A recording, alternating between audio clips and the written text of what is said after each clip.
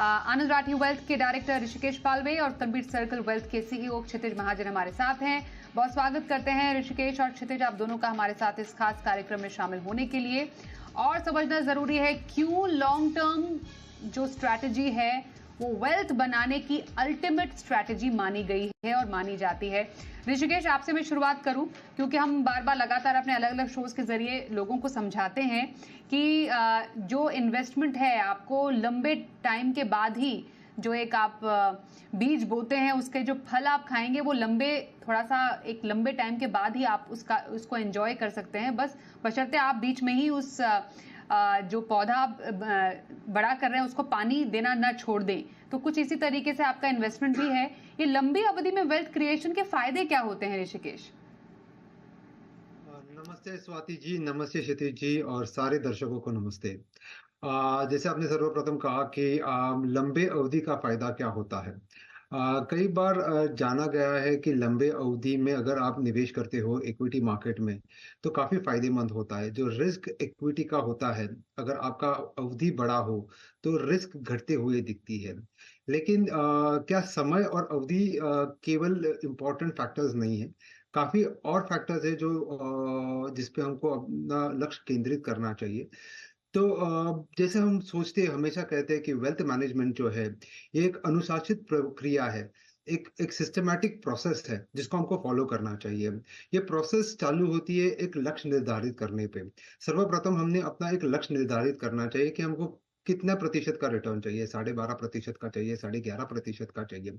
उसके बाद आता है कि आपका एसेट एलोकेशन क्या होना चाहिए, आपकी रणनीति क्या होनी चाहिए। एक बार आपने अपनी रणनीति अडॉप्ट कर ली कि इक्विटी में कितना पैसा जाना चाहिए, डेट में कितना पैसा जाना चाहिए, लेकिन इक्विटी और डेट का मिश्रण जो करना है वो बहुत जरूरी है, क्योंकि ये दो ऐसे एसेट क्लासेस हैं उनका कोरिलेशन काफी कम होता है।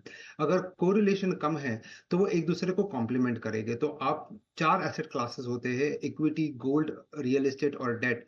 इसमें से हम इक्विटी और डेट का चुनाव करते हैं जहाँ पे कोरिलेशन काफी लोअर साइड पे दिखाई देता है।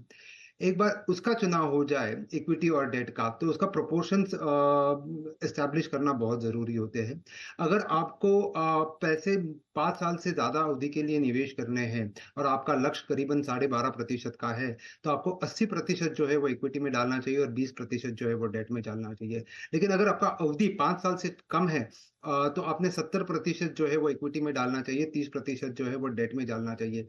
ऐसे करने से आपका लक्ष्य 11.5-12% रिटर्न का हो जाता है। एक बार ये एस्टैब्लिश हो जाए तो फिर हमने सोचना चाहिए कि ये निवेश करना कैसे है, इक्विटी या डेट में।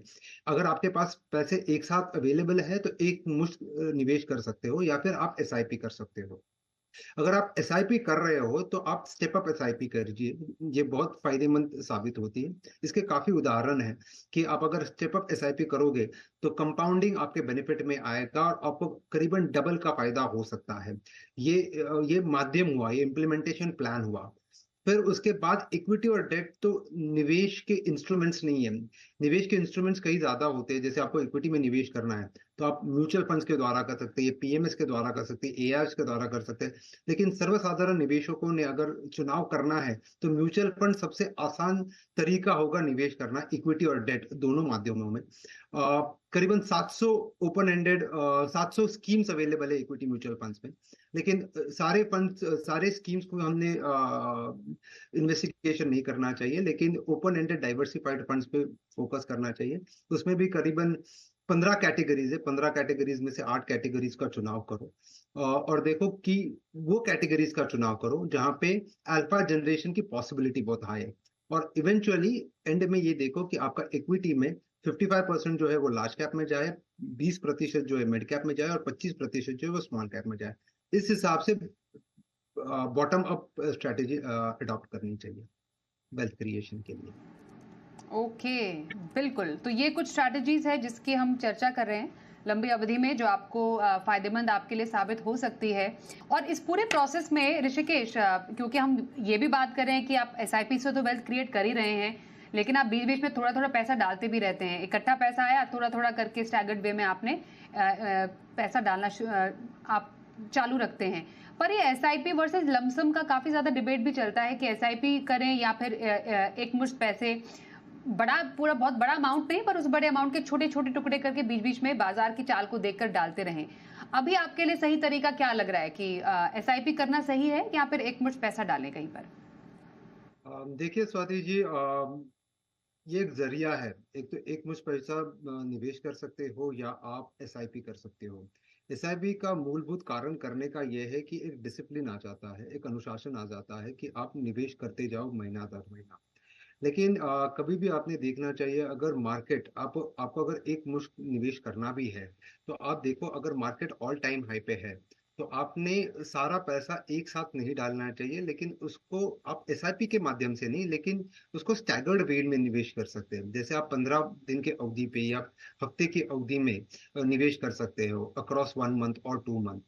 उस हिसाब से आप निवेश कर सकते हो आपका एक मुश्त पैसा। लेकिन एसआईपी का जो निवेश करने का एक जरिया है, वो मेजरली रुपी कॉस्ट एवरेजिंग के फायदे के लिए होता है। एक डिसिप्लिन अप्रोच आ जाता है निवेश करने के लिए। तो ये दो अलग अलग जरिए हैं। They are not competing with, एक दूसरे के साथ कम्पीट नहीं कर रहे हैं, लेकिन एक दूसरे को कॉम्प्लीमेंट करते हैं over a period of time equity में निवेश करने के लिए। बिल्कुल।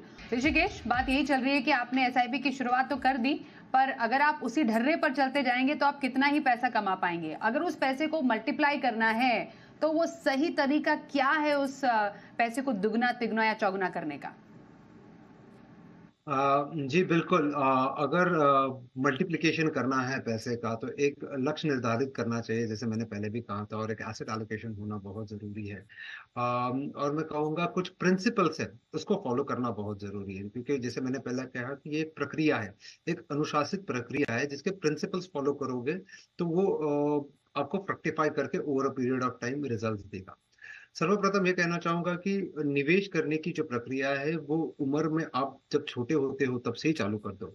जैसे आप कमाना चालू कर देते हो, अर्ली स्टेज ऑफ लाइफ में निवेश करना चालू कर दो, ताकि पावर ऑफ कंपाउंडिंग आपके लिए काम करेगा और पैसा मल्टीप्लाई होने में काफ़ी मदद होगी। एसआईपी के द्वारा निवेश अगर करोगे तो रुपी कॉस्ट एवरेजिंग का फायदा होगा, रिस्क घटेगा। और अगर आप स्टेप अप एसआईपी करते हो, तो उसमें भी आपको फायदा होगा, क्योंकि वापस आप कंपाउंडिंग के सहारे काफी अच्छी तरह से मल्टीप्लिकेशन कर सकते हो अपने पैसे का। तीसरी चीज जो बहुत इंपॉर्टेंट चीज है, आपकी रिस्क को आप समझो। कई बार हम देखते हैं कि हम निवेश करने जाते हो, देखते हैं हाई रिस्क है, मीडियम रिस्क है, लो रिस्क है।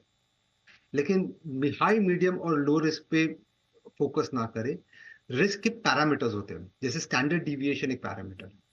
वो आपको बताएगा, अगर स्टैंडर्ड डिविएशन 5% का है और रिटर्न 10% का है, तो ऑड रेशियो पता चलेगा कि 2 का है करके। कभी भी एक के ऊपर अगर आपका रिस्क रिवॉर्ड रेशियो जा रहा है तो निवेश ना करें। तो रिस्क जो है वो मैथमेटिकली आइडेंटिफाई करो, समझो। डाइवर्सिफिकेशन ये चौथा प्रिंसिपल है। सारे पैसे इक्विटी में ना डालें, इसलिए मैं हमेशा कहता हूं कि एक कॉम्बिनेशन कीजिएगा। इक्विटी में थोड़ा पैसा डालो, डेट में पैसा डालो, एक कॉम्बिनेशन, एक मिश्रण होना बहुत जरूरी है। चौथा है कि मॉनिटर कीजिए आपके पैसे का। आपने अगर 12% का रिटर्न का लक्ष्य रखा है, तो महीना दर महीना, साल दर साल ये चेक करो कि वो 12% बन रहा है, नहीं बन रहा। अगर नहीं बन रहा है तो कोर्स करेक्टिव एक्शन लो, आपकी रणनीति चेंज करो, ताकि आप अपने लक्ष्य की तरफ जाओ। पांचवा बहुत इंपॉर्टेंट है कि एक इमरजेंसी फंड की बकेट बना के रखो, ताकि आप आपके इन्वेस्टमेंट्स को हाथ ना लगाए। अगर कोई इमरजेंसी घर में आती है, तो आप आपके निवेश जो इन्वेस्ट किए हैं पैसे, उसको हाथ ना लगाए। वो इमरजेंसी फंड जो है, वो कैश इक्विवेलेंट इमरजेंसी फंड है, उसमें से आप पैसे ले सके। लास्ट और सबसे इंपॉर्टेंट है कि इंश्योरेंस जो है, वो टर्म प्लान इंश्योरेंस या हेल्थ मेडिक्लेम वाला इंश्योरेंस जो है, उसमें निवेश किए, यूलिप्स में निवेश ना करो। अगर आप यूलिप में निवेश करते हो, तो आप इंश्योरेंस तो ले ही रहे हो, लेकिन आप एक इन्वेस्टमेंट भी कर रहे हो। तो इंश्योरेंस को आप सिर्फ इंश्योरेंस के हिसाब से देखिए और उस हिसाब से निवेश किए। इसीलिए मैं कह रहा हूँ टर्म प्लान और मेडिक्लेम, ये दो दो जरियों से अपने निवेश करना चाहिए। तो ये 6 प्रिंसिपल्स हैं, आप उनको अगर फॉलो करोगे तो मल्टीप्लिकेशन नहीं, एक प्रोसेस फॉलो करोगे, और अगर एक प्रोसेस फॉलो करोगे तो रिटर्न्स बनने की गुंजाइश बहुत हाई हो जाएगी।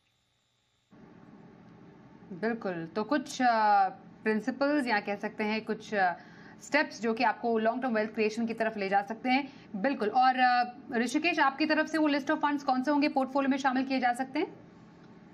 जी बिल्कुल, तो आईसीआईसीआई डिविडेंड यील्ड फंड है। इसमें सिर्फ प्राइस ग्रोथ ही नहीं, लेकिन 3% का करीबन डिविडेंड यील्ड भी मिलने की काफ़ी अच्छी गुंजाइश है। एचडीएफसी फ्लेक्सी फंड है जो वैल्यू इन्वेस्टमेंट है, 20% पीएसयू का है। तो ये फिलहाल के साइकिल के लिए, मार्केट साइकिल के लिए काफ़ी अच्छा साबित होगा। आईसीआईसीआई प्रू का फोकस्ड एक प्योर लार्ज कैप की जगह पे अच्छा सब्स्टिट्यूट हो सकता है। कोटक मल्टी कैप जो है वो छोटा फंड है, 10-11 हजार करोड़ का फंड है। ये काफी अच्छा फंड साबित होगा। स्मॉल कैप में अर्निंग्स पोटेंशियल काफी दिखाई दे रही है, लेकिन हमको कॉशियस होना बहुत जरूरी है। तो एचडीएफसी स्मॉल कैप एक काफी अच्छा फंड साबित होगा स्मॉल कैप की स्पेस में। और जैसे मैंने कहा कि डेट में भी डालना चाहिए या आर्बिट्राज में डालना चाहिए, तो आर्बिट्राज फंड्स में एसबीआई आर्बिट्राज और कोटक आर्बिट्राज ये काफी अच्छे फंड साबित होंगे। ओके, तो ये कुछ हमारे एक्सपर्ट्स से पसंदीदा फंड्स जो कि आप अपने पोर्टफोलियो में शामिल कर सकते हैं। पर्पस है लॉन्ग टर्म वेल्थ क्रिएशन। जितना आप बने रहेंगे अपने निवेश के साथ, अपने गोल को ध्यान में रखते हुए, एक टारगेट पर नजर रख के, तभी बनेगा आपका वेल्थ। धन्यवाद करेंगे ऋषिकेश और क्षितिज दोनों का हमारे साथ इस कार्यक्रम में शामिल होने के लिए।